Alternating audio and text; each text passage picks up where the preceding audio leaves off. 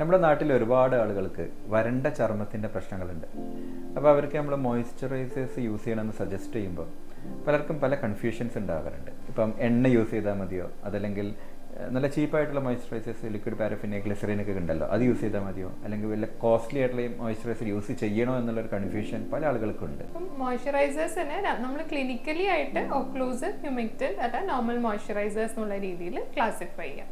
ഈ ഒക്ലൂസീവ് എന്ന് പറയുന്നതിൽ ലിക്വിഡ് പാരഫിൻ പോലെയുള്ള, അതായത് നമ്മുടെ ബോഡീൻ്റെ മേലെയുള്ള വെള്ളത്തിൻ്റെ മുകളിൽ ഈ ലിക്വിഡ് പാരഫിനൊക്കെ അപ്ലൈ ചെയ്ത് കഴിഞ്ഞാൽ ആ വാട്ടറിനെ അവിടെ റീറ്റെയിൻ ചെയ്യണം അതിൻ്റെ ആക്ഷൻ. ഗ്ലിസറിൻ ആണെങ്കിൽ അറ്റ്മോസ്ഫിയറിൽ നിന്നുള്ള വെള്ളം എടുത്തിട്ട് അതിനെ ഉള്ളിലേക്ക് കൊടുക്കുന്ന ഹ്യൂമെക്റ്റൻ്റെ ആക്ഷനാണ്. നോർമൽ മോയ്സ്ചറൈസേഴ്സിൽ പലതരം ബട്ടേഴ്സ്, സെറമൈഡ്സ് ഒക്കെ അടങ്ങിയിട്ടുണ്ട്. അത് കൂടുതലും ഉള്ളിൽ നിന്ന് മോയ്സ്ചറൈസേഷൻ തരുന്ന രീതിയിലാണ്. അതുപോലെ തന്നെ നമ്മുടെ ഈ പ്രോഡക്ട്സിൻ്റെ കോസ്റ്റ് വെച്ചിട്ടും നമുക്ക് ക്ലാസിഫൈ ചെയ്യാം. അതായത് ഈ സോഫ്റ്റ് പാരഫിൻസ് ഒക്കെ കുറച്ച് ചീപ്പർ, ഗ്ലിസറിനൊക്കെ കുറച്ച് ചീപ്പർ സാധനങ്ങളാണ്. പക്ഷേ ഈ ബട്ടേഴ്സും സെറമൈഡ്സും ഒക്കെ വരുമ്പോഴത്തേക്കും കോസ്റ്റ് കൂടുകയും ചെയ്യുന്നുണ്ട്. അതപ്പോൾ കോസ്റ്റ് കൂടുന്നതിനനുസരിച്ചിട്ട് അതിലുള്ള കണ്ടന്റുകൾ ആക്ച്വലി കൂടുന്നുണ്ട്. മറ്റേതിൽ liquid paraffin plain liquid paraffin ആവും, മറ്റേതിൽ നമ്മുടെ സ്കിന്നിൻ്റെ നാച്ചുറൽ ആയിട്ടുള്ള ലെയറിനെ റീപ്ലേസ് ചെയ്യുന്ന രീതിയിലുള്ള പല കണ്ടന്റുകളും അതിലുള്ളത് കൊണ്ടാണ് ശരിക്ക് അതിൽ കോസ്റ്റ് നാച്ചുറലി കൂടുന്നത്.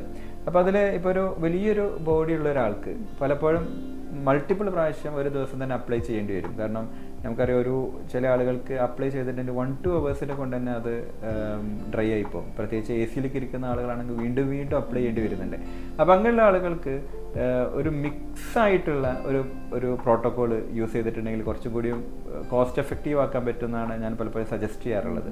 അതായത് നമുക്ക് ഒരു നേരം ഒരു ലിക്വിഡ് പാരഫിനോ അല്ലെങ്കിൽ even coconut oil, virgin coconut ഓയിലൊക്കെ നല്ല മോയ്സ്ചറൈസേഴ്സ് ആണ്. ഗ്ലിസറിനൊക്കെ അപ്ലൈ ചെയ്യാം.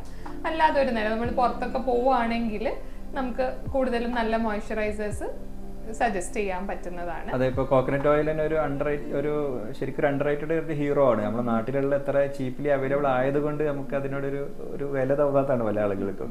ആക്ച്വലി അതിൽ പിന്നെ ഒരുപാട് കണ്ടന്റുകളും അതിന് കുറേ പ്രോപ്പർട്ടീസും ഉണ്ട് എന്നുള്ള ഒരുപാട് സ്റ്റഡീസ് ഒക്കെ വന്നിട്ടുണ്ട്. പക്ഷെ പറഞ്ഞ പോലെ ഒരു കോസ്മെറ്റിക്കലി എലഗൻ്റ് അല്ലാത്തത് കൊണ്ട് പുറത്ത് പോകുമ്പോഴൊന്നും അത് യൂസ് ചെയ്തിട്ട് പോകാൻ ഒരു പ്രയാസമാണ്. പിന്നെ ചില നമ്മുടെ പ്രത്യേകിച്ച് കേരളക്കാരെ പുരുഷന്മാരൊക്കെ അല്ലെങ്കിൽ സ്ത്രീകൾ തന്നെ നല്ല ഹെയറി ബോഡി ആയതുകൊണ്ട് അത് വെച്ചിട്ട് മസാജ് ചെയ്യുമ്പോൾ പലപ്പോഴും ഫോളിക്കുലൈറ്റിസ് എന്നൊരു കണ്ടീഷൻ വരുന്നത് നമ്മൾ കാണാറുണ്ട് അല്ലേ? അതുമല്ല, ഈ കോക്കനട്ട് ഓയിലൊക്കെ പുറത്ത് പോകുമ്പോഴത്തേക്കും ആ ഡ്രസ്സിൽ പറ്റിപ്പിടിക്കുക, അല്ലെങ്കിൽ കൂടെ നിൽക്കുന്ന ആളുടെ ബോഡിയിലേക്ക് തട്ടിപ്പോ, അങ്ങനെയുള്ള പ്രോബ്ലംസ് കൊണ്ടാണ് നമ്മളിത് പേഷ്യൻസിന് അധികം സജസ്റ്റ് ചെയ്യാത്തത്. പക്ഷെ വീട്ടിലിരിക്കുന്ന സമയത്ത് നമുക്ക് ഒരു നല്ലൊരു ഓപ്ഷൻ തന്നെയാണ്. പിന്നെ കുളിക്കുന്നതിന് മുമ്പ് ഒരുപാട് കോക്കനട്ട് ഓയിൽ യൂസ് ചെയ്തിട്ട് കുളിക്കുമ്പോൾ അത് നമ്മുടെ ബാത്റൂം ഫ്ലോർ സ്ലിപ്പറി ആക്കിയിട്ട് ഇഞ്ചുറി ഉണ്ടായ ചില കേസുകളൊക്കെ നമ്മൾ കണ്ടിട്ടുണ്ട്. അപ്പം അതെല്ലാം ഓക്കെ ആണെങ്കിൽ ഈവൻ അങ്ങനെയുള്ള നാച്ചുറൽ ആയിട്ടുള്ള ചീപ്പായിട്ടുള്ള പ്രൊഡക്റ്റുകൾ തന്നെ നമുക്ക് മോയ്സ്ചറൈസിങ് എഫക്റ്റിന് നല്ലതാണ്.